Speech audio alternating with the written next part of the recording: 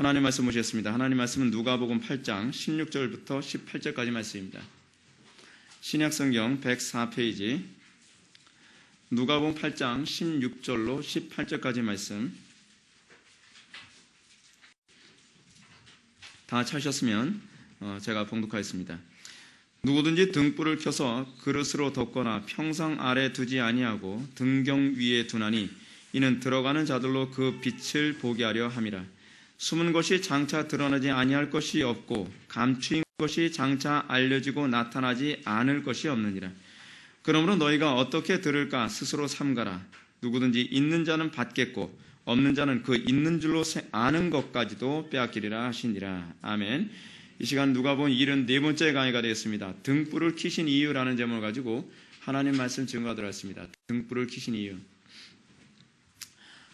오늘날 기독교는요, 기독교 신앙의 핵심에 대한 심각한 망각 상태에 있습니다.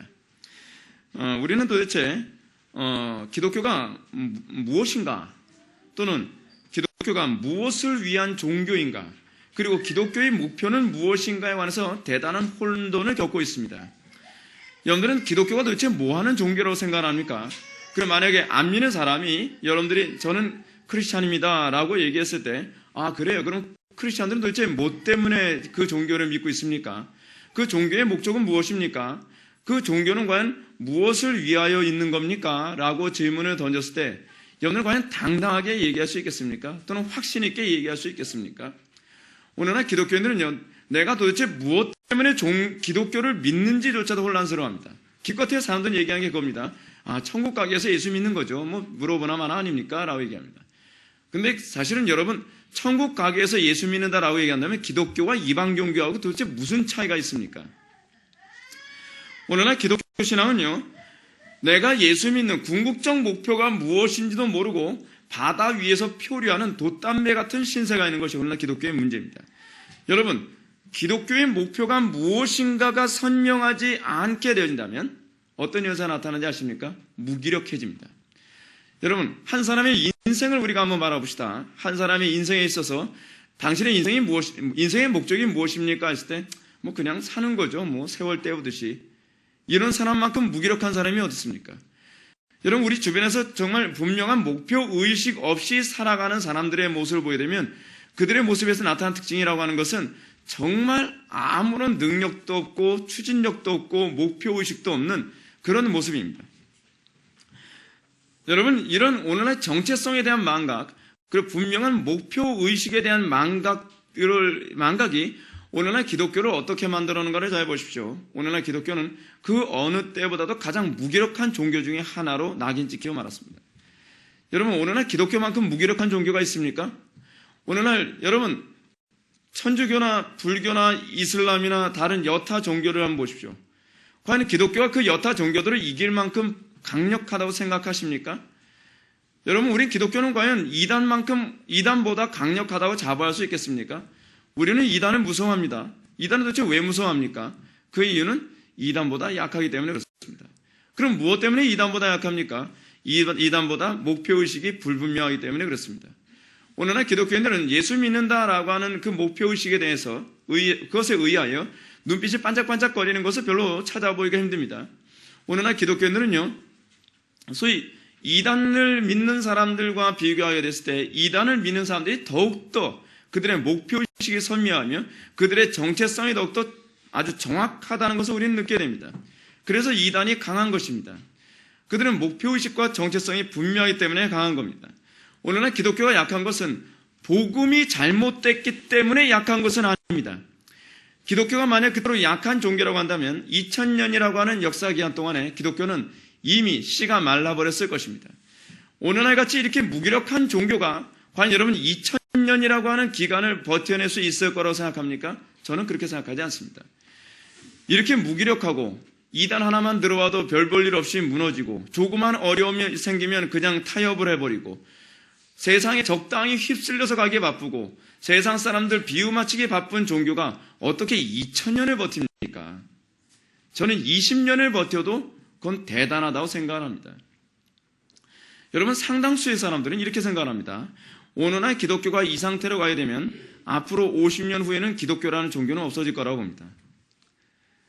여러분, 기독교라는 종교가 이 상태에서 계속 유지될 것이라고 여러분 생각하지 마십시오. 오늘날 이 시대의 기독교의 가장 심각한 문제는 뭐냐면 다음 세대에 자기 신앙 하나 제대로 전수해 주는데 무력하다는 것이 이 시대의 기독교의 모습 아닙니까? 다음 세대에 우리의 신앙을 전수해 주지 못한다고 한다면 여러분 50년이 아니라 30년 이후에도 기독교가 과연 존재할 것인가요? 해서 여러분 생각해 보십시오. 오늘날 기독교는요 정말 아주 이 바람 앞에 이 등불처럼 위태위태한 상황이 있습니다. 오늘날 시대의 교회들에게 이런 현상이 나타나게 된 것은 소위 정통교회를 표방하는 교회들에게 정통성은 더 이상 의미가 없는 것이 되어버리고 말았기 때문입니다. 그러므로 오늘날 이 세상을 향해서 지극히 무능한 상태를 보이고 있는 정통교회들은 그들의 무능함을 드러내는 두 가지 양태가 있는데 그 첫 번째 뭐냐 하면 정통성을 구시대의 유물처럼 여기는 교회들이고 또 하나는 죽은 정통으로 살아가는 교회들입니다. 이것이 오늘날 이 시대의 소위 정통성을 추구하는 정통교회들에게 나타나는 이 참담함입니다. 여러분, 이단들이 오늘날 이 기독교, 이 교회를 한마디로 이렇게 정통교회라고 얘기합니다. 근데 정통교회 틀려먹었다, 뭐 이런 식으로 얘기를 하죠. 근데 정통교회가 왜 틀려먹었다라고 하면 이렇게 손가락질 받고 오늘날 정통교회가 이단보다 그런 무기력하고 무능한 교회가 되었는가? 그 첫 번째, 바로 그겁니다. 오늘날 대부분의 정통교회를 표방하는 교회들이 정통성을 별로 자랑스러워하지 않습니다. 여러분, 과연 어떤 교회들이 과거에 우리 전통적으로 물려받은 사도들과 개혁자들에게 물려받은 그 신앙을 자랑스러워하고 어찌하든지 그것에 다음 세대에 전수하고자 몸부림치는 교회들이 과연 얼마나 있습니까? 오늘날 대부분의 교회들은요, 정통적인 가르침은 이제 과거의 것이고 우리는 새로운 시대에 자꾸 적응해야 된다고 생각합니다. 새로운 신학 사조에 적응하려 애렸습니다. 또한 새로운 프로그램에 적응하기 애렸습니다. 또한 사회적 분위기에 적응하려 했습니다. 정통 교리는 이제는 사람들을 졸리게 만드는 교리밖에 되지 않는다고 생각합니다. 그러니 여러분, 정통성이 없는 교회야말로 정말 무기력한 교회 아닙니까? 뿌리가 없는 교회입니다. 뿌리를 자랑스러워하지 않습니다. 여러분, 우리 개혁교회가 왜 강하다고 하는지 아십니까? 우리 개혁교회는 뿌리를 자랑스러워하고 우리 개혁교회는 역사를 중요시 여기기 때문에 그렇습니다. 그래서 우리 교회가 추구하는 교회의 방향성이 뭔지 아십니까? 역사적 개혁주의. 그냥 개혁주의가 아니에요. 역사적 개혁주의예요. 역사적 개혁주의라고 하는 것은 역사의 정통성 안에서 과연 개혁교회들은 어떻게 그들의 신앙을 유지했고 그 신앙을 어떻게 가르쳤으며 그 신앙을 어떻게 다음 세대에 전수했는가를 끊임없이 탐구하고 연구하고 묵상하여 그 동일한 신앙을, 변질된 신앙이 아닙니다. 동일한 신앙을 그 다음 세대에 전수해주기에 몸부림치는 것이 바로 개혁교회입니다. 그래서 개혁교회는 역사적 정통성의 뿌리를 받고 있기 때문에 굉장히 다른 어떤 장로교보다도 강력하다는 소리를 많이 듣습니다. 그러나 문제는 무엇입니까? 오늘날 시대 교회가 소위 천국에 가는 것밖에는 관심을 갖지 않고 있는 이 문제들. 그러니까 제가 아까 말씀드렸죠. 왜 도대체 예수를 왜 믿습니까? 기독교의 궁극적 목표가 무엇입니까? 라면 천국 가기 위해서요.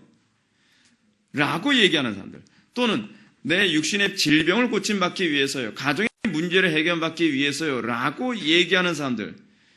이 사람들을 향해서 우리는 한마디로 이렇게 얘기할 수 있습니다. 종교적 이기주의자라고요. 여러분, 이런 종교적 이기주의라는 소리는요, 안 믿는 사람들 입에서도 수도 없이 오르내리는 얘기입니다. 회사 일에는 등한시하면서 자기 종교 생활에는 열심을 내는 사람, 그 사람 보고 뭐라 합니까? 종교적 이기주의자라고 얘기하지 않습니까? 여러분, 그 사람이 기독교인이 아닙니다. 종교적인 일에 열심을 내기 때문에 그 사람을 기독교인이라고 얘기하지 않습니다. 그러나 우리는 오늘날 마치 직장에서의 자기의 직무에 대해서는 무능하고 또는 그것에 대해서 등한시하고 게으르면서 종교 생활에 대해서는 조금도 손해보지 않으려고 하는, 왜 손해보지 않으려고 하죠? 천국 가기 위해서요. 자기 개인의 이익에 손해를 본다고 생각하니까요. 그런 사람들을 보고 종교도 이기주의라고 얘기하는 것에 관해서 라이 감독도 동일하게 얘기합니다. 가장 큰 이기심은 자기 혼자 천국에 가는 것을 만족하게 생각하는 일이다 라고 얘기합니다. 오늘날 이것이 가장 심각한 이기주의라는 거 아십니까? 종교를 표방한 이기주의입니다. 근데 그 종교를 표방하는 그 이기주의는요, 여러분들 나름대로 괜찮은 이기주의라고 생각하는지 모르겠지만 영적인 안목에서 보면 굉장히 사악한 이기주의입니다. 굉장히 끔찍한 이기주의예요. 그런데 오늘날 이 시대에 정통교회의 위기를 가져다주는 또 다른 위험 요소가 하나 있죠. 그것은 뭐냐면 죽은 정통입니다. 저는 이것이 오늘날 개혁교회가 정말 가장 많이 노출되어 있는 부분이라고 생각합니다. 이것은 오늘날 개혁교회 안에서도 많이 반성되어지는 부분이기도 합니다. 죽은 정통. 죽은 정통이 무엇입니까? 정통을 끊임없이 얘기합니다. 우리는 역사적 개혁주의 노선에 있고 우리는 전통적인 가르침을 한다. 근데 뭐예요? 회중들은 그 전통적인 가르침을 들으면서 어떻게 해요? 다 졸고 있거나 그렇지 않으면 그 설교를 들으면서도 뜨겁지가 않습니다. 그렇게 살고자 하는 열망도 없습니다. 열심히 받아 적고 열심히 공부는 하는데 문제는 그 가르침대로 세상에 나가서 싸우며 그리고 순교의 각오를 가지고 신앙생활을 하려고 하는 태도가 없다는 거예요. 그걸 우리는 한마디로 뭐라 얘기해요? 죽은 정통이라고 하죠. 죽은 정통. 그러나 여러분, 이 죽은 정통은요, 항상 이단이 나오게 만드는 중요한 원인으로 작용한 거라는 거 여러분 아십니까? 이건 2000년 역사가 입증하는 바입니다. 2000년 역사 안에서 항상 이단이 나오게 된 중요한 원인은 뭐냐면 정통교회에 대한 배신감입니다. 그토록 정통교리를 많이 배웠는데 내 삶은 달라진 거 하나도 없다는 겁니다. 정통교리를 그토록 많이 배웠는데 아는 것과 삶의 일치가 안 생기더라는 겁니다. 그럼 사람들은 어떻게 합니까? 정통성을 버리고 이단을 만들거나 또는 이단에 빠져버리는 현상까지 나타나게 되는 것입니다. 그래서 제가 우리 회복의 교회를 통해서 계속적으로 외치는 것이 무엇이냐 하면 우리가 가지고 있는 이 정통 노선을 그냥 지적인 알무로 멈추지 말자는 거예요. 여러분들이 알고 있는 이 지적인 것을 여러분들의 삶 속에 투영하여 여러분들이 끊임없이 정과의 십자가를 못 받고 아는 것과 삶의 일치성에 여러분들의 관심을 갖지 않는다고 한다면 그 교회는요 정말 더 심각한 문제를 야기할 수 있다는 것을 여러분들이 항상 기억해야만 합니다. 그래서 제가 여러분한테 아는 만큼 뭘 요구해요? 기도를 요구하는 거죠. 왜 기도를 요구하죠? 아는 만큼 교만해지니까요. 고린도전서 13장에서 얘기하는 것처럼 여러분 지식은 우리를 어떻게 해요? 교만하게 만들어요. 교리적 지식은 여러분들을 겸손하게 만들 거라고 생각합니까? 그렇지 않습니다. 교리적 지식은 여러분들을 그 나름대로 또 교만하게 만듭니다. 그렇기 때문에 여러분들이 겸손하게 살기 위해서 필요한 것은 지적인 것이 아니라 기도입니다. 여러분들 교만을 꺾을 수 있는 것은 성령의 은총이 아니어서는 꺾을 수가 없습니다. 여러분 우리는 사도신경 우리는 고백을 합니다. 사도신경의 고백에서 우리는 뭘 믿는다고 고백합니까? 성령을 믿사오며라고 고백을 하죠. 성령을 믿사오며. 성령에 뭘 믿는다는 것입니까? 그것은 성경의 모든 그러니까 성부에 대한 신앙 고백과 성자에 대한 신앙 고백이 우리의 삶 속에서 가능하게 만드는 유일한 근거는 뭐라는 거예요? 성령님의 역사를 통해서만 가능하다는 거예요. 지식을 많이 배운다고 해서 여러분들이 말씀대로 사라지는 게 아니에요.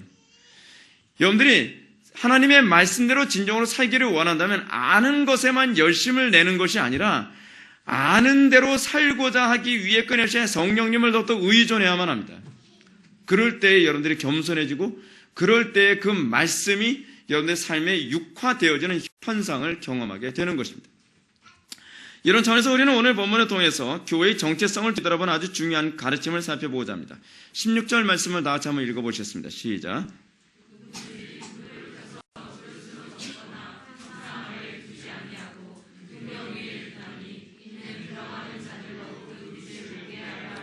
아멘.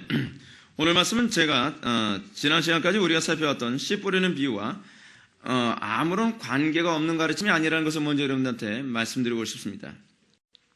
우리가 성경을 읽다 보면 자꾸 이런 현상이 생기죠. 우리는 성경을 읽으면서 이 성경이 다 토막토막 난 거라고 자꾸 생각을 합니다. 앞뒤의 어떤 흐름과 문맥적 흐름에 관해서는 아무런 생각을 하지 않고 씨 뿌리는 비유가 나오고 난 다음에 다른 어떤 얘기가 나오면 이 얘기는 씨 뿌리는 비유하고는 아무 상관이 없나 보구나. 우리는 이런 식으로 우리는 본문을 보려고 하는 경향이 많이 있지 않습니까? 그런데 여러분 분명히 기억해야 될 것이 무엇이냐면 성경이 기록될 때에서부터 애시당초부터 장과 절이라는 것은 존재하지 않았습니다. 장과 절이라고 하는 것은 후대의 인쇄업자들이 여러분들이 성경을 보는데 편리하게 만들기 위해서 장과 절을 나누는 것뿐이에요. 따라서 여러분들이 성경을 읽을 때 성경이 장과 절의 구분이 없이 이것이 하나의 어떤 흐름과 문맥에 의해서 기록되었다는 것을 염두에 두면서 봐야만 합니다. 오늘 본문의 말씀도 앞에 나오는 씨 뿌리는 비유와 관련하여 그 흐름의 맥락에서 전혀 다른 데로 빠져나가지 않은 아주 중요한 메시지를 우리에게 전달해 주겠습니다. 우리는 누가복음 8장 초반부와 누가복음 8장 1절과 누가복음 8장 10절의 말씀에서 우리가 무엇을 봤죠? 이 비유와 또는 이 본문에서 얘기하고자 하는 누가의 의도가 뭘 얘기하자는 거라 했죠? 하나님의 나라, 하나님의 나라. 씨 뿌리는 비유가 그래서 단순히 여러분 예수 믿고 누가 예수 믿고 천국 갈 사람이냐라고 하는 거 요거 구분하는 문제가 아니라 그랬죠. 씨 뿌리는 비유에서 궁극적으로 얘기하는 것은 누가 하나님 나라 백성이냐에 관한 문제이기 이전에 누가 하나님 나라 일꾼으로 합당한 자냐라고 하는 것을 얘기하는 것이 씨 뿌리는 비유라고 했습니다. 그래서 씨 뿌리는 비유의 1절부터 3절까지가 뭐가 나왔죠? 하나님 나라 일꾼의 어떤 종류를 얘기했고 하나님 나라 일꾼들은 어떻게 말씀을 받는 사람이다? 좋은 마음으로 말씀을 받아 어떻게 인내로 결실하여 100배의 결실을 맺는 사람이다라고 얘기하고 있지 않습니까? 여러분 그런 차원에서 보게 되어지면 요즘에 하나님 나라 백성이라고 하나님 나라 일꾼이라고 규정할 만한 사람들 거의 없죠. 어떻게 끝까지 인내하는 사람이 과연 어디 있습니까? 저도 나름대로 인내할 만큼 인내해봤는데 이제는 하나님께서 안 움직이시니까 이제 내가 움직여야 될 것 같아요. 내 수단과 내 방법을 사용해야 될 것 같아요. 하나님 나라 일꾼이 아니죠. 하나님 나라 일꾼이 아니에요. 이런 사람들이 주로 어디에 주로 속한 부류예요? 네, 바위 위에 떨어진 씨앗이나 그렇지 않으면 가시덩굴에서로 떨어진 그런 씨앗과 같은 그런 심령이죠. 하나님 나라에 아무런 유익이 되지 않아요. 그런 사람들은 오히려 하나님의 나라의 일을 한다고 하면서 어떻게 해요? 하나님의 나라를 더 욕보이고 하나님의 나라를 더 붕괴시키는 중요한 요인으로 작용하죠. 여러분들 하나님 나라의 열매를 맺는 사람이 되기 위해서 항상 필요 충분 조건이 있습니다. 그것은 끝까지 인내하는 것입니다. 그리고 하나님의 말씀을 바르게 인식하는 것입니다. 바르게 인식한 것을 기초로 하여 그것에 대한 확신으로 인해 여러분들이 끝까지 인내할 때라야만 어떻게 열매를 맺는 거죠. 천하의 범사가 기한이 있고 목적을 이루는 때가 있느니라. 여러분 잠언의 그 말씀처럼 천하의 범사가 기한이 있어요. 이것이 하나님께서 하나님의 나라를 이뤄가는 방식이에요. 우리가 열심히 일하면 그때그때마다 열매가 턱턱턱 나오는 것이 아니라 씨를 뿌리고 그럼 물을 주고 끊임없이 우리가 애를 쓰는데 여러분 언제 돼야 열매를 맺습니까? 가을이 돼야 열매를 맺는 거죠. 가을이 돼야. 때가 돼야 열매를 맺는 겁니다. 이것이 신앙입니다. 신앙이라는 것은 하나님께서 정하신 때까지 인내하는 게 신앙입니다. 신앙이라는 것은 내가 원하는 때에 하나님께서 이루어져서 땡깡 써서 그 일을 성취시켜내고 마는 것이 신앙이 아니라 하나님께서 하나님께서 주권적으로 작정하신 그때까지 뭐예요? 인내하는 것. 신앙을 배도하지 않고 하나님의 말씀을 내가 거역하지 않고 끝까지 하나님의 말씀대로 순종하는 것. 이것이 믿음입니다. 이것이 믿음이에요. 그래서 인내하지 않으면 믿음이 아닌 거예요. 인내하지 않으면. 오늘날 우리는 교회 안에서 믿음과 인내를 하나의 덕목으로 가르치는 것에 관해서 굉장히 인색하지 않습니까? 마치 우리는 어떤 식으로 합니까? 마치 우리는 그 황금알을 낳는 거위처럼 말이에요. 하나님, 이 거위가 빨리 황금알 낳게 해주십시오. 기도해놓고 나서 황금알이 내가 원하는 날 나오지 않으면 어떻게 해요? 배를 갈라버리는 거죠. 이걸 믿음이라고 생각해요. 이걸 용기라고 생각해요. 그건 믿음이 아니에요. 거위를 죽이는 거죠. 그래서 하나님의 영광이, 하나님의 나라가 그래서 붕괴되어지는 것입니다. 믿음은 뭐예요? 이 거위가 황금을 낳는 거위라고 믿는다면 알을 낳을 때까지 기다리는 거예요. 꾸준히 밥을 먹이고 끊임없이 잘 키우고 잘 돌보면서 알이 날 때까지 기다리는 그게 믿음인 거예요. 하나님께서 모든 것을 어떤 식으로 하신다고요? 순리대로 모든 것을 일하시죠. 하나님께서 정하신 순리를 지키는 것, 이것이 믿음입니다. 우리가 이것에 대한 인식이 없다 보니까 어떤 문제가 발생합니까? 교회 안에서 문제가 생깁니다. 예를 들어서 어떤 담임 목사님이 뭔가 문제를 일으켰습니다. 그럼 어떻습니까? 사람들이 하나님께서 정하신 순리를 가지고서 오래 참고 인내하며 그 교회가 바르게 쓸 때까지 인내하며 하나님께서 정하시는 방법으로만 그 교회가 바로 쓰도록 애쓰는 것이 아니라 야 목사가 틀려먹었다. 뭐가 잘못됐다. 안 되겠다. 끌어내려야 된다. 우리의 수단과 우리의 방법을 가지고 하다 보니까 하나님 나라가 어떻게 돼요? 지금 풍비박산 나버렸잖아요. 하나님 나라 일꾼답지 못한 사람들이 장로가 되고 권사가 되고 안수집사가 되고 뭐 그렇게 돼가지고 하나님 나라로서의 교회가 순리대로 움직여지는 것이 아니라 다급하니까 거위에 배부터 갈라서 황금알을 뽑으려고 애를 쓰는데 배 갈르면 뭐가 나와요? 나오는 거 아무것도 없어요. 예. 뭐야 황금알도 없잖아 라고 해보잖아요. 그래서 오늘날 한국교회가 풍비박산 나고 있는 거예요. 인내하고 기도하며 하나님의 때를 기다리고 하나님께서 정하신, 하나님께서 규정하신 방법으로만 개혁이 일어나고 하나님의 뜻이 진행되어졌을 때에 가정도 평안하고 교회도 평안하고 사회도 편안하면서 그러면서 개혁이 일어나는 겁니다. 칼을 휘두른다고 개혁이 일어나는 게 아닌 거죠. 자, 이 얘기는 이 정도 맙시다. 중요한 것은 하나님 나라 일꾼이 어떤 사람이라는 걸 얘기하는 겁니까? 하나님께서 정하신 때까지 인내하며 그 결실을 기다리는 것. 이것이 하나님 나라 일꾼이라는 것을 씨 뿌리는 비유가 우리들에게 얘기해 주겠습니다. 자, 그렇다면 오늘 본문은 우리들에게 뭘 얘기해 주는 것인가? 그것은 하나님 나라에 합당한 일꾼들의 심령의 상태가 어떤 것인가를 지난 시간에 얘기했다면 오늘 본문의 말씀은 지난 비유의 말씀과 연결하여 하나님 나라에서 쓰임받게 합당한 일꾼들의 마음을 주신 이유, 그런 심령 마음밭을 주시고 그리고 그런 사람들을 하나님께서 세우신 이유가 무엇인가에 관해서 지금 얘기해 주고자 하는 것입니다. 우리는 이런 누가의 의도가 어디 있는지 잘 알아야만 합니다. 왜냐하면 당시 누가의 수신자들이 누구였죠? 데오빌로요라고 얘기하잖아요. 근데 데오빌로만은 아니죠. 이방인들이죠. 데오빌로와 이방인들입니다. 헬라인들. 근데 여러분, 이방인들이 가지고 있는 종교에 대한 인식은 무엇입니까?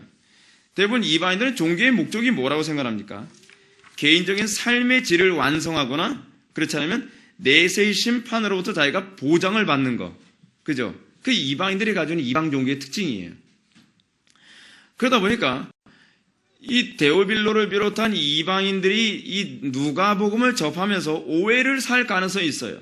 뭐냐면 그들이 이방 종교에 내포해 있는 종교적 특징을 가지고 항상 우리 성경을 보려고 하죠. 여러분들 성경 볼 때 항상 어떻습니까? 여러분들 고정관념 가지고 성경 보려 하지 않습니까? 당연히 종교는 이런 거겠지라는 관점에 있는 성경을 본단 말이에요. 그런 이해. 그러니까 예를 들어서 여러분들은 성경을 보면서 어떻게 해요? 당연히 오늘 본문도 예수 믿고 천당 가자라는 뭐 그런 얘기 하는 거겠지. 옛날에 우리 동기 목사님이 그런 식으로 얘기하는 거예요. 그 신학교 다닐 때. 설교하는 거랑 다름이 아니야. 예수 믿고 천당 가라 그 얘기만 하면 된다는 거예요. 예수 믿고 천당 가라는 그 얘기에서 이렇게 성경이 두꺼워야만 합니까? 성경을 그런 식의 선입견을 가지고 보면 안 되죠. 누가도 지금 사람들에게 그런 부분에 관한 오해를 불식시키기 위해서 이 얘기를 하는 거예요. 왜 하나님께서 어떤 사람은 구원하셨는가? 구원하신 목적이 무엇인가? 그 구원한 자를 통해서 무슨 일을 하고자 하시는 것인가? 근데 애석하게도 오늘날 한국교회는 대부분 너무나 이런 이방 종교적인 관점에서 본문을 해석하는 이해가 많습니다. 오늘날 이 시대의 기독교는 육신적인 삶의 질을 높이기 위한 축복에 몰입하는 종교 또는 주로 내세의 심판으로부터 지옥에 가지 않도록 하기 위해 하나님께서 어떻게 해요? 어떤 사람은 말씀을 받고 어떤 사람은 말씀을 받지 못했다. 열매를 맺고 누구는 맺지 못했다. 이런 식으로 자꾸 이해하려고 하는 것이죠. 근데 이 본문은요. 누구는 천국 가고 누구는 지옥 가고 그 얘기하자고 지금 얘기하는 것이 아닙니다. 이런 사람들은요. 주로 그리스도 당시 복을 주고 병 고쳐주고 지옥의 형벌을 면하게 해주는 존재로서의 그리스도를 인식할 뿐입니다. 그들에게 그리스도는 그래서 뭐예요? 인격적인 대상이 아니고 사랑의 대상이 아니라 뭐예요? 그냥 도구죠. 도구. 어떤 도구요? 나의 삶의 질을 좀 더 풍성하게 해주는 도구. 나를 지옥에 가지 않게 해주는 도구. 그럼 여러분 도구의 특징이 뭐예요? 필요 없으면 뭐 하는 거예요? 버리는 거예요. 한국교회 교인들의 수준이 그래요. 한국교회 교인들은요. 그리스도가 나의 사랑이요 나의 생명이요 그런 거 잘 몰라요. 찬송을 그렇게 부르면서도 감동이 없어요. 그리스도는 도구예요. 도구. 툴이에요. 어떤 도구예요? 나 천국 가는데 필요하니까 그리스도 믿는 거예요. 안 믿으면 지옥 간다 그러니까. 예수 믿어야 병 고침 받는다고 하니까 예수 믿는 거예요. 고침 받으면 어떻게 해요? 교회 안 나오잖아요. 그리고 내가 삶의 질이 좀 좋아지면 어떻게 해요? 내가 성공하면 어떻게 해요? 내가 왜 교회에 또 나와야 돼? 내가 교회에 나와서 그만큼 헌금했으면 되는 거 아니야? 라는 태도가 나오는 것이죠. 그리스도를 인격적으로 인식하진 않아요. 그리스도를 도구 정도로밖에 나의 삶의 질을 높이고 나로 하여금 천국 가기에 필요한 하나의 도구밖에 되지 않는 것이죠.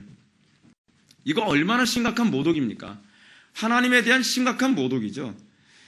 따라서 이 시대 기독교는 도대체 무엇 때문에 하나님께서 나를 선택하셔서 구원하셨는가에 관해서 생각을 하려 들지 않습니다. 천국 가면 그만이라고 생각하니까요. 다시 말해서 구원의 결과에만 관심을 가질 뿐이지 구원의 목적에 대해서는 무관심해요. 여러분들 설교 들으면서 어떤 생각을 합니까? 적어도 우리 교회 성도들은 안 그럴 거라고 생각하는데 대부분 사람들이 그렇습니다. 목사님, 그러니까 어떻게 구원받는다는 거예요? 그 얘기만 하세요라고 사람들이 생각하는 사람들이 많은데, 그거는요, 성경에서 지극히 한 부분입니다. 한 부분. 구원 받았으면 그 이후는 우리가 뭘 위해서 구원받았는지 여러분 생각해야 되는 거 아닙니까? 내가 도대체 뭐 때문에 구원받았습니까? 내가 무엇 때문에 계속 교회에 나와야만 합니까? 제가 고등학교 때 계속 고민했던 게 그거예요. 예수 믿고 천당 가기 위해서 예수 믿는 거라고 한다면 도대체 내가 왜 교회에 매주마다 나와야 되는지 제가 혼란스럽더라고요. 저는 솔직히 그것 때문에 주일날 예배 가면서도 내 스스로가 한심했어요. 내가 천국 가자고 계속 이렇게 나와야 되나? 솔직한 제 심정이었어요. 근데 예수 믿는 게 그게 아니라는 걸 알고 나서, 예수 믿는 것이 얼마나 가치 있는 삶이라는 걸 알고 나서 가슴이 뛰기 시작하는 거예요. 불이 붙기 시작하는 거예요. 내가 이것 때문에 교회에 나와야만 하는구나. 내가 이것 때문에 매주마다 예배를 드려야 되는 것이고, 이것 때문에 내가 예수를 믿는 것이구나. 예수 믿음에 대한 분명한 목적과 방향성. 그때서부터 강해지기 시작해지는 거예요. 그때서부터 뜨거워지기 시작해지는 거예요. 자, 그렇다면 한번 질문을 더 둬봅시다. 하나님께서는 무엇 때문에 우리에게 좋은 심령의 밭을 허락하시고 100배의 결실을 맺게 하시는 것입니까? 여러분, 결실 안 맺으면 좀 어떻습니까? 천국만 가면 그만 아닙니까? 근데 왜 30배, 60배, 100배라고 하는 이 열매의 결실에 관해서 그토록 우리는 관심을 가져야만 합니까? 분명한 사실은 우리가 다른 사람보다 잘나서 좋은 밭 된 거 아니죠. 100배의 결실을 맺은 것도 여러분들이 남들보다 똑똑하다거나 내가 심성이 남들보다 착해서 여러분들 100배 결실 맺은 거 아닙니다. 이것은 분명히 하나님의 은혜입니다. 하나님의 은혜라고 한다면 하나님께서 왜 여러분들에게 그런 열매를 맺도록 은혜를 주셨는가에서는 좀 질문해 봐야 되는 거 아니에요? 어떤 사람이 여러분들에게 갑자기 난데없이 1,000만 원을 줬어요. 갑자기 여러분들에게 어느 날 집 한 채를 그냥 줘버렸단 말이에요. 그럼 여러분들 그 문제에 대해서 어떻게 생각합니까? 재수 좋다. 오늘 재수 좋아서 내가 돈 좀 벌었다. 누가 바보같이 나한테 돈 줬구나. 그렇게 생각합니까? 왜 준 거지? 무엇 때문에 나에게 돈을 줬고 무엇 때문에 나에게 이렇게 의리의리하게 좋은 집에서 살라고 나에게 준 거야? 좀 그 정도 생각해야 되는 게 상식 아닙니까? 근데 우리는 그 상식조차도 없죠. 그냥 구원받았으면 끝난 거예요. 단지 그렇게 되는, 하나님은 사랑이 많으시니까 우리 지옥 가는 거 불쌍하니까 우리를 구원하셨나 보구나. 그러면 이런 질문이 나오게 됐어요. 그럼 왜 누구는 구원 안 합니까? 그렇잖아요. 사랑이 많으신 하나님이 다 구원해야 되는 거 아니에요? 그 얘기는 구원 자체가 목적이 아니라는 거예요. 구원을 통해서 하나님께서 다른 궁극적 목표가 있다는 거예요. 그래서 제가 말씀드렸죠. 조나단 에드워즈가 얘기하는 것처럼 중생은 뭐라고요? 그건 궁극적 목표가 아니라 그랬죠. 종속된 목적이라 했죠. 종속된 목적. 궁극적 목적이 뭐예요? 하나님의 영광 나타내는 거. 하나님의 영광 나타내는 거. 그래서 여러분, 하나님의 영광에 관심이 없으면, 궁극적 목적에 관심이 없으면 뭐예요? 여러분, 종속된 목적에도 도달하지 못했다는 것이 반증되어지는 거예요. 근데 에스카이드 한국교회 교인들의 상당수가 궁극적 목적에 관심이 없어요. 궁극적 목적을 얘기하면 귀에 거슬려요. 내가 그러려고 내가 예수 믿나? 내가 예수 믿고 내가 고난받고 예수 믿는 것 때문에 손해당하고 예수 믿는 것 때문에 내가 이렇게 힘들게 살기 위해서 예수 믿었나? 그럼 뭐 기독교만 구원 있나? 이 소리가 이제 나오는 거죠. 이 논리가 그렇게 나가는 거예요. 뭐 천주교 믿지 뭐 편하게 예수 믿는 종교도 있는데 뭐. 다른 교회 가게 되면 더 편하게 천국 보내준다고 하는데 그런 게 누가 보내준대요? 궁극적 목적에 관심이 없으면, 하나님의 영광이라고 하는 궁극적 목적에 관심이 없으면 여러분 어떤 교회를 찾아가도요, 종속적 목적은 여러분들 게 아닙니다. 아무리 천주교 가서요, 여러분 세례 받고 교회 성사하고 별짓 다 해보십시오. 그 성기순례 가서 성 베드로 성당에 가서 베드로의 그 발등에다 키스도 하고 다 해보십시오. 구원 받나요? 종속적 목적이 여러분들의 궁극적 목적이 된 사람은 구원하고 아무 관계가 없는 겁니다. 조나단 에드워즈의 천지창조의 목적이라는 책 한번 읽어보시죠. 거기서 아주 신랄하게 나옵니다. 자, 그러면 그 이유가 뭡니까? 우리는 왜 구원하셨는가? 우리에게 왜 좋은 마음밭을 갖게 하시고 30배, 60배, 100배의 결실을 맺게 했는가? 누가는 100배라고 얘기했죠. 그 이유를 누가는 예수님의 가르침을 통해서 명쾌하게 얘기해 주고 있습니다. 즉 누구든지 등불을 켜서 그릇으로 덮거나 평상 안에 두지 아니하고 등경 위에 두나니 이는 들어가는 자로 그 빛을 보게 하려 함이라 라는 것입니다. 누가는 지금 구원의 목적을 뭐라고 얘기하고 있어요?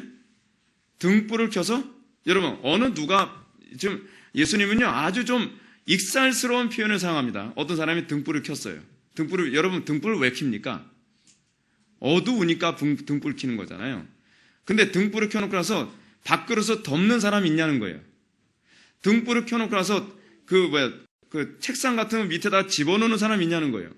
어두워서 켰는데 빛이 나가지 못하는 막는 바보가 있냐고 지금 예수님이 질문을 던지는 겁니다. 아니죠.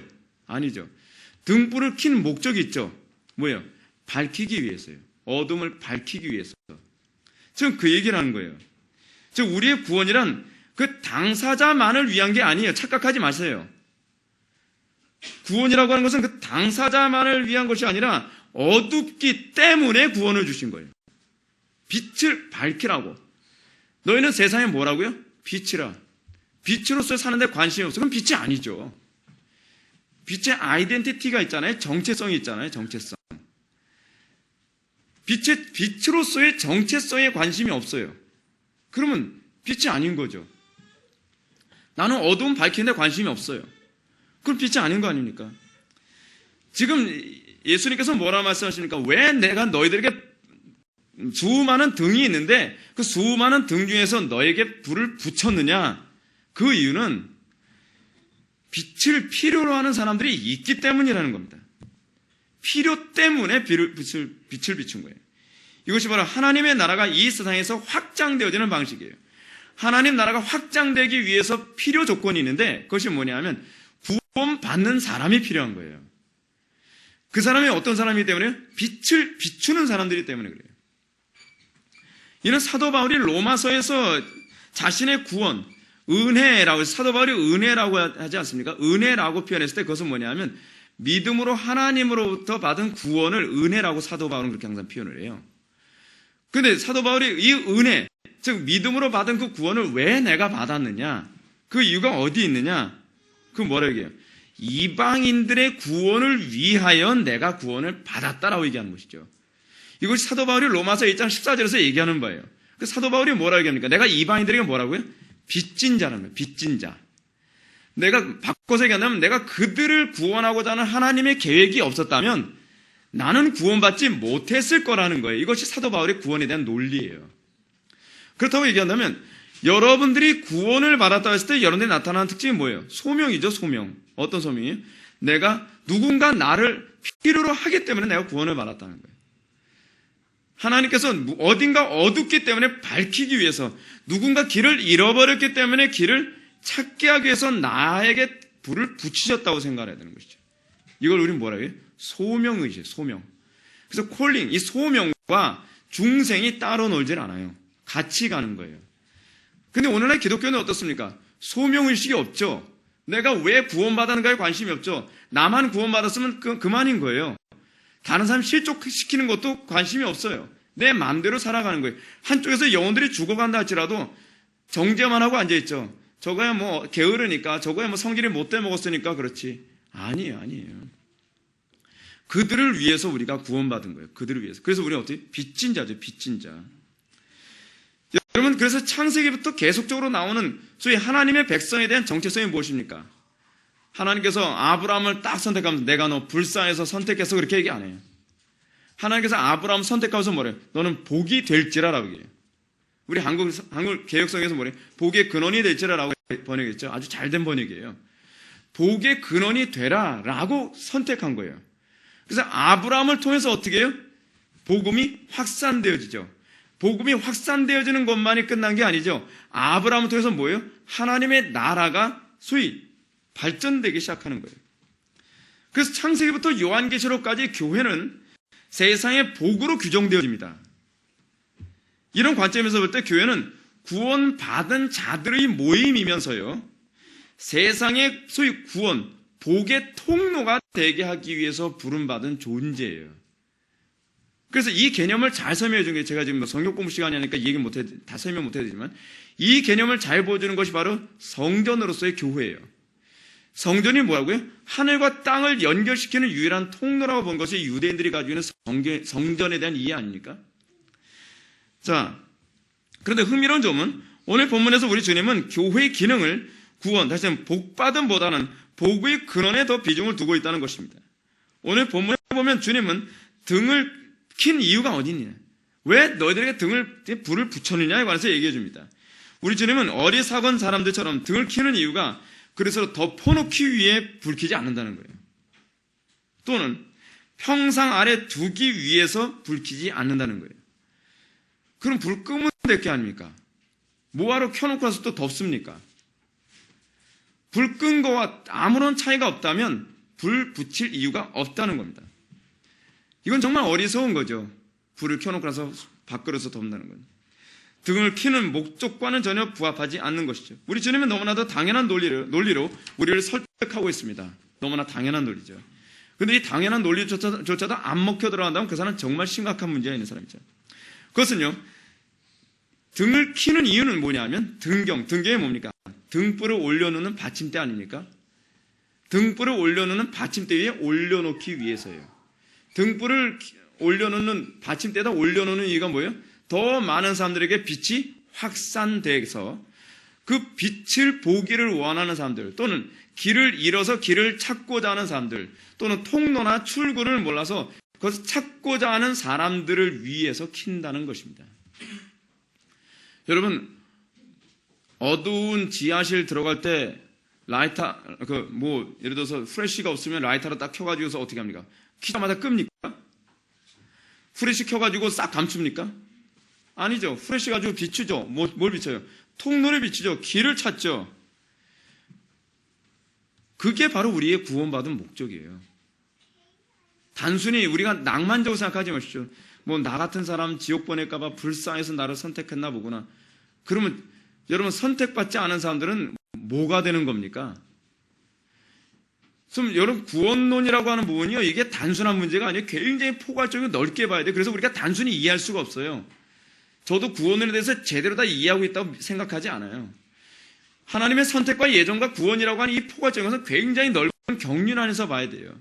그 넓은 경륜 가운데 한 부분이 이거예요.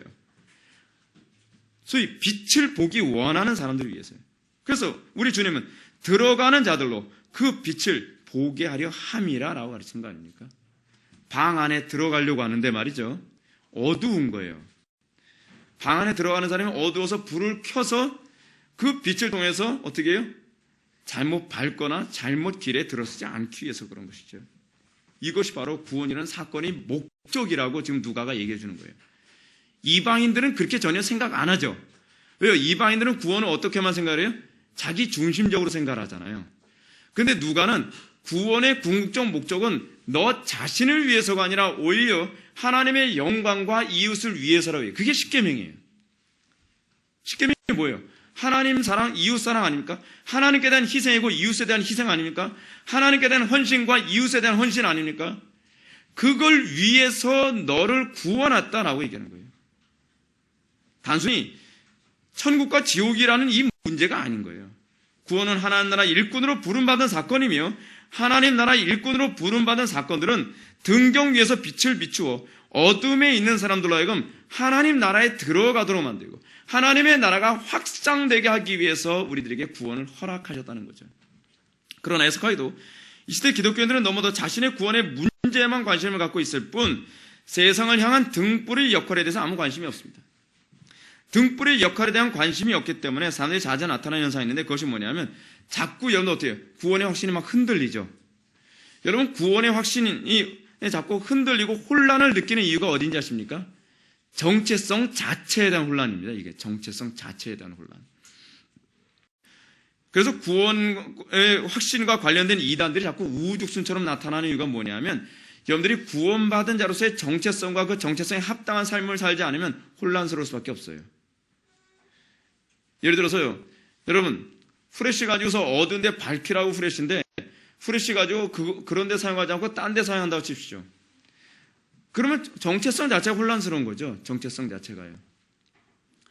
예를 들어서 남자가 남자로 태어났는데 남자로서의 삶을 살도록 하지 않으면 정체성에 혼란이 생기죠. 그러면 확신 자체가 다 송두리치다 흔들리는 거예요. 기독교인이 뭐 하는 게 기독교인입니까?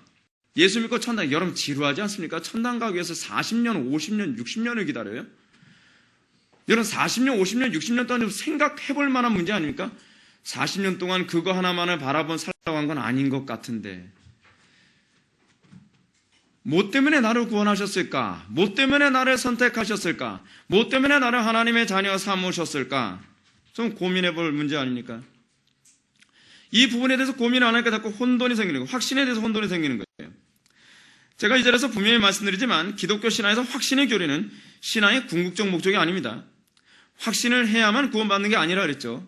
제가 오늘도 토마스 브룩스의 말씀을 제가 금주의 묵상을 통해서 제가 인용을 했지만 확신을 해야만 구원받는 거 아닙니다. 자꾸 사람들이 이 교리를 자꾸 착각을 해요.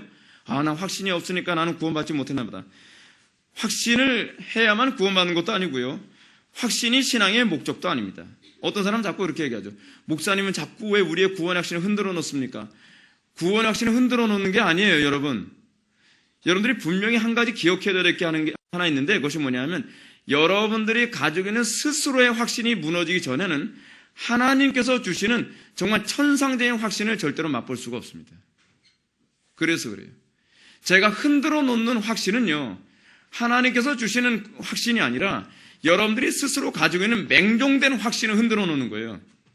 그걸 무너뜨려야만 하나님으로부터 오는 확신을 여러분들이 맛볼 수 있기 때문에 그래요.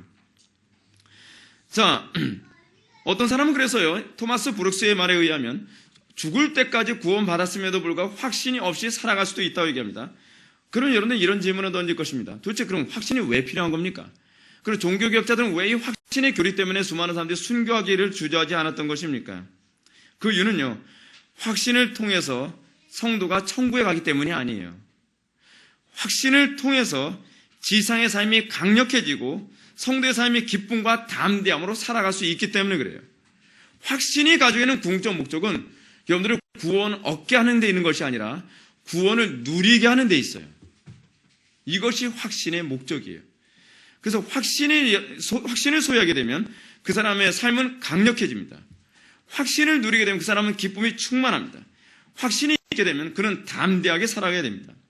말을 바꿔서 말한다면 여러분들에게 구원의 확신이 있다고 하면서 기쁨이 없고 담대함도 없고 그리고 어떻게 해요? 삶의 신앙인으로서의 강력한 삶이 없다? 거짓된 확신이죠. 그거는 하나님으로부터 오는 확신이 아닌 거예요. 여러분들이 만들어낸 여러분들이 세뇌시키는 확신인 거예요. 이 땅에서 성도다운 삶이 강력하게 나타나지 않고 기쁨과 담대함이 없다면 그 확신은 가짜인 거죠. 도리어 성도다운 삶도 기쁨도 담대함도 없으면서도 구원의 확신으로 같이 차 있다면 그 확신은 다른 데서 온 겁니다. 성령님으로부터 온 것이 아니에요. 왜냐하면 성령님은 반드시 이걸 동반하기 때문에 그래요.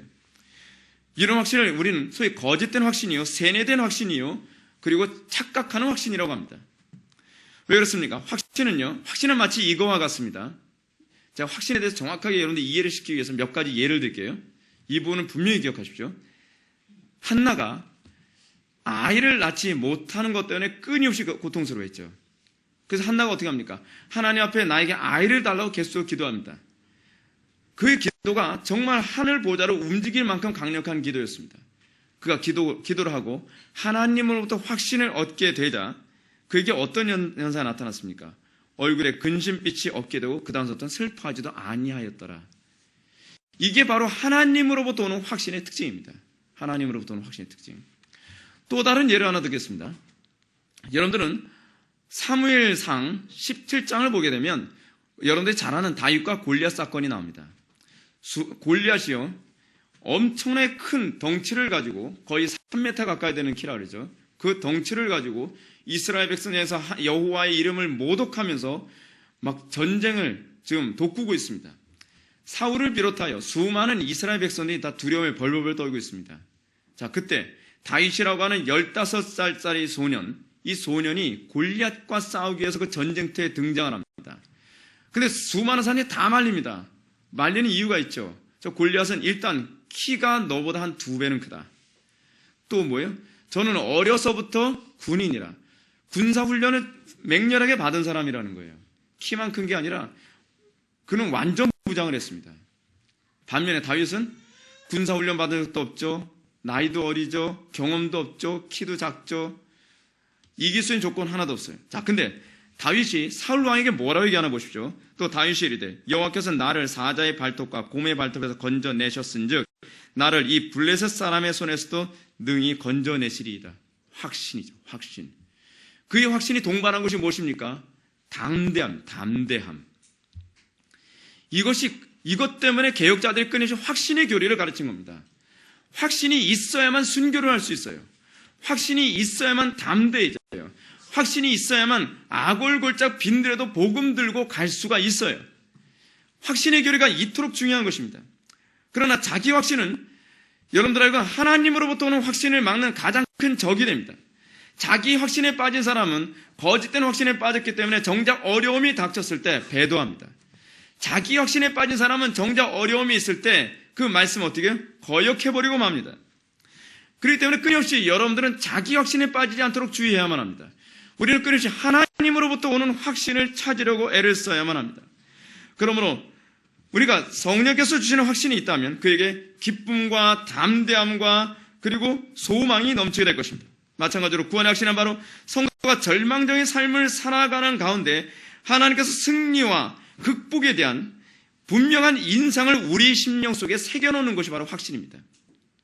그러므로 확신은 반드시 소망과 기쁨과 담대함을 동반합니다. 이것이 아니라고 한다면 여러분들이 가지고 있는 확신은 거짓된 확신일 가능성이 많습니다.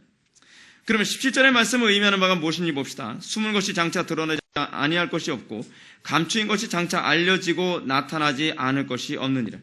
이 말씀은 이 땅에서 하나님 나라의 일꾼들, 다시 말해서 등불의 역할하는 참된 성도들에게 나타날 만한 실제적인 효력에 관해서 얘기하고 있습니다. 이쯤에서 여러분들에게 다시 한번 열매에 관해서 상기시켜야 될 것 같습니다. 열매가 뭐라 그랬습니까? 그리스도와 연합한 자로서 나타나는 증거라 했죠. 증거. 열매라고 하는 것은 교회에 좀 나오는 것, 출석 열심히 하는 것, 봉사 많이 하는 것, 좀 착한 일 하는 것, 이게 열매가 아닙니다. 이건 믿음이 없어도 할 수 있습니다.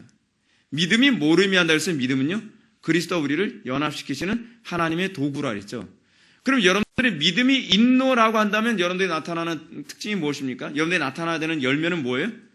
그리스도와 연합해야만 할 수 있는 증거. 그리스도만 할 수 있는 거예요. 그래서 여러분 예수 믿고 나면 어떻게 돼요? 여러분들요? 내가 예수 믿기 전에는 불가능했던 순종이 가능해져. 근데 그 순종은 내가 잘나서 순종하는 거 아니죠? 그리스도께서 나를 통해 사시는 거죠. 그래서 우리가 그리스도 앞에 섰을 때, 하나님 앞에 섰을 때 우리는 뭐라고 우리가 고백을 해요? 나는 무익한 자다라고 얘기하는 거죠. 왜요? 내가 이 지상에서 사는 모든 선행과 거룩한 삶과 순종은 나의 잘남이 있지 않죠. 나의 결단력이나 나의 지혜에 있는 것이 어디에 있어요? 그리스도께서 나를 통해 하신 것에 불과해요. 그것이 열매예요. 그것이 열매.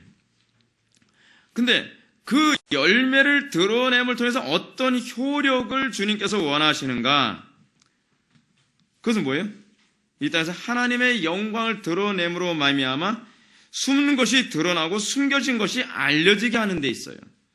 그럼 이 말씀이 의미하는 바가 무엇인가? 그것은 바로 빛의 속성을 얘기하는 거죠. 빛의 속성. 여러분, 빛의 속성이 무엇입니까? 어두운 데 감춰져 있는 것이 다 드러나죠. 여러분, 빛이 딱 비춰지면 어떻습니까? 요즘에 연예인들이 굉장히 스트레스 받는 것 중 하나 그거라는 거 아닙니까? 옛날에 제가 어렸을 때 흑백 TV 보게 되면 흑백 TV에서는 어때요? 뭐 연예인이 얼굴에 뭐 검은 티가 있든지 뭐든지 그 티가 하나도 안 나거든요. 근데 칼라 TV가 나오고 나서부터 연예인들이 뭐에 관심을 갖게 되냐면 이 컬러 메이크업 하는 거 있잖아요. 그거에 관심을 갖게 돼요. 왜냐하면 이제 색깔이 색조 화장 안 하면은 이게 다 드러나니까 파운데이션도 바르고 아이섀도우도 바르고 립스틱도 바르고 그러면서 점점 이 컬러 TV에 자기 자신을 적응하는 거예요. 근데 지금은 더 어려워졌죠. 왜요? 고화질 TV가 나왔어요. 고화질 TV가 얼마나 크냐 하면 연예인이 자기 얼굴보다 한 대여섯 배 크게 그냥 확대도 확 나와버리는 거예요. 색세포도 안 보여요. 요즘 그 고화질 TV는요. 그러다 보니까 이 모공까지 다 보이는 정도가 돼버리잖아요. 그걸 비춰버리니까. 조그만 잡티 하나까지 다 드러나잖아요. 하다못해 잡티 가리기 위해서 한 메이크업까지 다 드러난다는 거예요. 그러니까 연예인들이 그래서 이 성형수술을 안 할래야 안 할 수 없다고 스트레스를 받는 거예요. 근데 그게 바로 교회의 역할이에요. 교회의 역할. 세상 사람들은 어떻게 해요? 이 정도면 나 착한 거 아니야. 이 정도면 나 괜찮은 거 아니야. 외식적으로 신앙생활하고 아무렇게나 신앙생활하도 이 정도면 괜찮은 거 아니야 라고 하는데 우리가 진정으로 그리스도의 영광에 참여한 신앙생활과 그런 말씀을 증거하기 시작했다 어때요? 모공까지 다 드러나는 거예요. 잡티까지 다 드러나는 거죠. 이 콧등에 있는 그 뭐예요? 그 거무튀튀한 것까지 다 드러나는 거예요. 어떻게 해요? 부끄럽고 창피한 거죠. 소위 교회가 그리스도와 연합함으로써 그것이 나타내는 효력이 무엇이냐면 세상의 악함을 폭로하는 거예요. 폭로하는 거예요.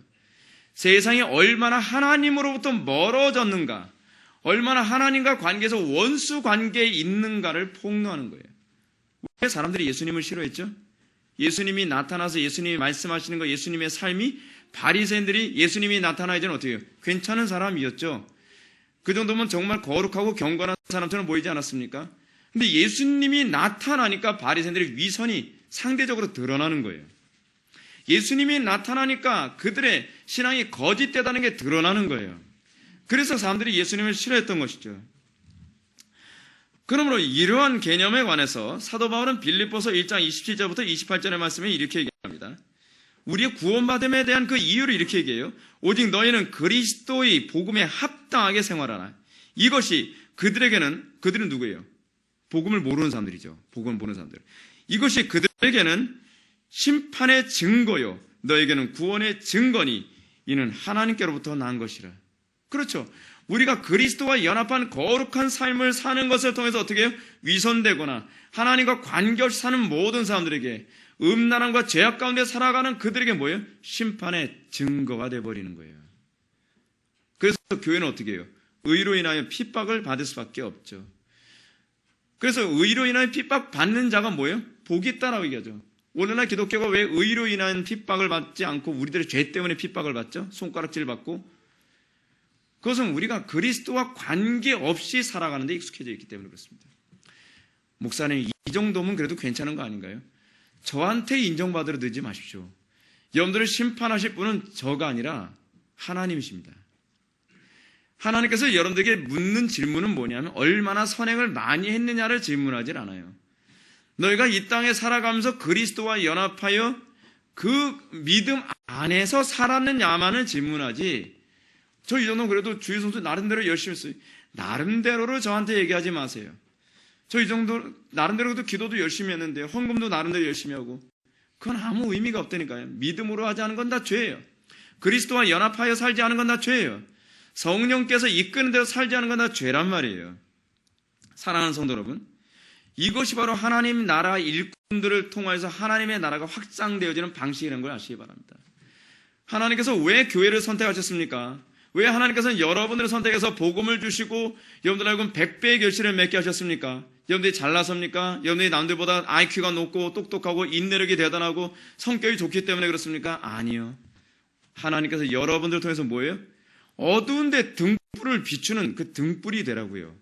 등불을 비춰서 어떻게 합니까? 어두운 가운데 있는 죄악 가운데 있는 사람들의 죄악을 속속들이 드러내서 그들로 하여금 내 힘으로는 구원받을 수 없고 내가 그리스도의 은총이 아니어서는 구원받을 수 없는 존재이구나라는 하는 절망감에 빠져서 그들로 하여금 오로지 솔로스 크리스토스, 오직 그리스도만이 나의 유일한 구원자 되심을 고백하게 만들게 하기 위하여 여러분들을 선택한 거예요. 그것이 우리가 부름받은 이유입니다. 그러므로 오늘 본문 18절은 다음 같은 경고를 독자들에게 하고 있습니다. 그러므로 너희가 어떻게 들을까 스스로 삼가라. 누구든지 있는 자는 받겠고 없는 자는 그 있는 줄로 아는 것까지도 빼앗기리라 하시니라.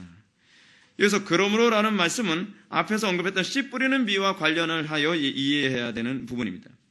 즉 진정한 하나님 나라 일꾼이 되게 말한다면 그 무엇보다 명심해야 될 것은 무엇입니까? 그것은 무엇보다 너희가 어떻게 말씀을 들을 것인가에 대해서 고민하라는 거예요. 하나님 나라의 진전은 거기서부터 시작됩니다. 어떻게 하나님의 말씀을 들을 것인가? 어떻게 하나님 말씀, 여러분 이것은 단회적이지 않습니다. 항상 여러분들이 어떻게 하나님의 말씀을 들을 것인가를 주의하십시오. 여러분들이 하나님 말씀을 어떻게 듣는가에 주의하지 않는 사람은 하나님 나라에 합당치 않습니다. 이것이 지금 누가가 예수님의 말씀을 인용하여 하고자 하는 핵심입니다. 어떻게 들을까 주의하십시오. 여러분들이 항상 하나님의 말씀을 듣는 데 있어서 두려움으로 하나님의 말씀을 들어야만 합니다. 두려움으로 하나님의 말씀을 들어야 된다는 것이 무슨 의미입니까? 오늘 내가 하나님 말씀에 은혜 받지 못할까 두려워하라는 겁니다. 은혜는요, 여러분들이 잘나서 받는 게 아닙니다. 하나님께서 여러분들의 마음속에 조금이라도 교만한 마음이 있으면 은혜 안 주신다는 거 제가 말씀드렸죠. 하나님께서는 교만한 자를 물리치시고 겸손한 자에게 뭘 주신다? 은혜를 주신다. 은혜 못 받는 건요, 설교자가 설교를 못해서가 아니에요. 물론 설교자가 설교 못하는 것도 중요한 요인으로 작용하지만 교만함은 은혜 못 받아요. 항상 이게 첫 번째 원리예요. 그러므로 여러분들이 내가 하나님께 은혜 받지 못할까, 나에게 하나님의 은혜가 부어지지 않을까 두려워하는 마음으로 여러분들은 스스로 삼가야만 합니다. 그래서 여러분, 우리는요, 성경 안에서요, 정말 이 교과서적으로 모범적인 하나님의 말씀을 듣는 태도에 관해서 사도 바울이 몇 가지를 얘기합니다. 첫 번째, 데살로니가전서 1장 6절에서 이렇게 얘기합니다. 데살로니가 교회들은 하나님의 말씀을 어떻게 받았다 그랬죠? 성령의 기쁨으로 말씀을 받아 우리와 주를 본받는 자 되었다라고 얘기해요. 여러분들 매번 예배 시간 전마다 여러분들 두려워할 게 뭐예요? 성령의 기쁨으로 말씀을 받지 않을까 두려워하십시오. 어떤 사람 말씀을 근심으로 받는 사람이 있습니다. 썩 좋은 신앙태도 아닙니다. 데살로니가서 2장 13절에서 데살로니가 교인들은 또 이렇게 하나님의 말씀을 받았다고 얘기합니다. 이러므로 우리가 하나님께 끊임없이 감사함은 너희가 우리에게 들은 바 하나님의 말씀을 받을 때에 사람의 말로 받지 아니하고 하나님의 말씀으로 받음이니 진실로 그러하도다. 이 말씀이 또한 너희 믿는 자 가운데서 역사하느니라. 여러분, 하나님의 말씀을 받을 때 어떻게 받는 것이 정말 옳습니까? 어떻게 받도록 삼가야만 합니까?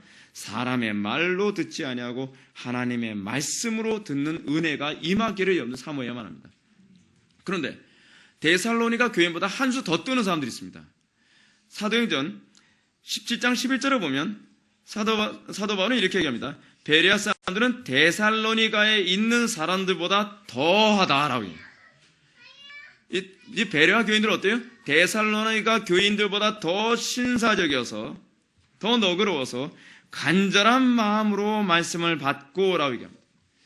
여러분들이 예배 시간에 아무런 관심도 없이 무관심하게 간절한 마음 없이 예배에 참여하는 건 이건 심각한 죄악입니다.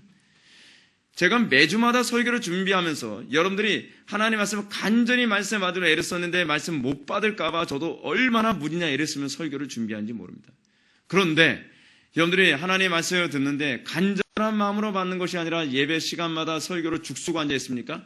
하나님의 말씀 들으면서도 여러분들이 그 말씀이 아무런 느낌도 없이 마치 방탄 유리에다가 총알을 쏴대는 것처럼 하나님의 말씀이 다 튕겨나게 만듭니까? 하나님 앞에서 여러분들은 어떤 변명도 할 수가 없습니다.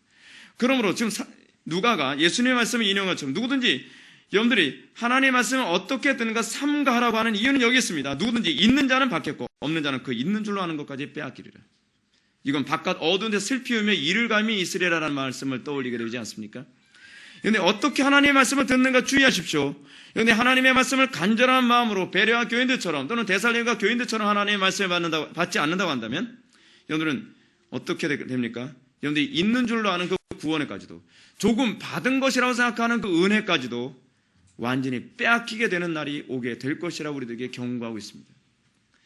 은혜가 은혜로 주어진 것만큼 여러분들이 하나님의 말씀을 모독하고 하나님의 말씀에 대해서 무관심하게 대처하며 무성의하게 대처한다면 그 은혜를 거두어 가실 때에 여러분들은 그것을 대책을 세울 수가 없을 것입니다. 우리가 정말 두려워야 될 것이 무엇입니까? 주신 분도 하나님이시오 걷어가신 분도 하나님이시라는 이 개념을 우리는 잊어서는 안 됩니다. 이런 차원에서 저는 오늘 이 자리에 앉아있는 여러분들에게 정말로 신신당부하고 싶은 것은 이것입니다. 날마다 그리고 매 순간순간마다 하나님의 말씀을 듣는 데 있어서 열매를 맺지 못할까 두려워하십시오. 그런데 하나님의 말씀을 듣는 데 있어서 여러분들이 정말 하나님을 무성의하게 하나님의 말씀을 무성의하게 받을까 두려워하십시오. 어떤 분은 여러분 가운데 어떤 분은요 자신의 삶을 뒤돌아보면서 그리스도와 연합한 분명한 열매가 없거나 아니면 있어도 과거 한때 있었던 것을 가지고 스스로 있는 줄로 아는 고집과 안일함이 있다면 여러분 그걸 포기하셔야만 합니다. 중요한 것은 과거가 아닙니다. 지금 내가 하나님의 말씀을 받고 있느냐고 하는 문제고 지금 내가 하나님과 연합하여 100배의 열매를 맺는 증거가 있느냐가 중요할 뿐입니다. 하나님 나라 일꾼은 항상 하나님의 말씀의 열매를 맺는 자여야 합니다. 항상 하나님의 말씀의 열매를 맺지 않으면 하나님 나라 일꾼에 합당치가 않습니다. 참된 일꾼은 과거가 아니라 오늘, 지금, 그리고 앞으로도 계속 그리스도와 연합한 분명한 증거를 확보하는 것입니다. 그러므로 우리가 지금 하나님의 영광을 선명히 드러내지 못하였다면 그 자체로 애통하고 슬퍼해야만 합니다. 사랑하는 성도 여러분, 오늘 우리는 하나님께서 왜 우리를 세상의 등불로 부르셨는지 다시 한번 생각해 봐야만 합니다. 왜 수많은 등 가운데 왜 나에게 주님께서 불을 켜셨는가? 하나님께서 나를 통하여 어디에 빛을 비추기를 원하시는가? 내 가정인가? 캠퍼스인가? 그렇다면 직장인가? 하나님께서 나로 하여금 어디에 빛을 비추고 그리고 어두운 데서 들어가려고 하는 자에게 나를 통해 빛을 보기를 원하시는가를 생각해 보십시오. 그리고 우리가 이를 통하여서 그들에게 그리스도의 영광을 드러내므로 그들로 하여금 길을 잃지 않도록 만드는 것. 이것이 하나님께서 우리들에게 은혜를 주신 그리고 구원을 주신 이유인 것을 믿으시기 바랍니다. 기도하시겠습니다. 사랑이 많으신 하나님 아버지, 우리의 심령 속에서 안일함을 제거해 주시고 우리가 단 한 번이라도 하나님의 말씀을 바르게 받지 못할까 두려워하는 스스로 삼가는 자세를 항상 견지할 수 있도록 은혜 베풀어 주옵소서. 무엇보다도 우리의 구원을 우리가 구원으로 안주하는 존재가 아니라 누구를 위한 구원인지 무엇을 위한 구원인지를 항상 고민하며 이를 통하여서 항상 하나님께 영광 드러내기 원하는 하나님 나라 일꾼 될 수 있도록 은혜 베풀어 주옵소서. 예수님의 거룩하신 이름으로 기도올렸나이다. 아멘.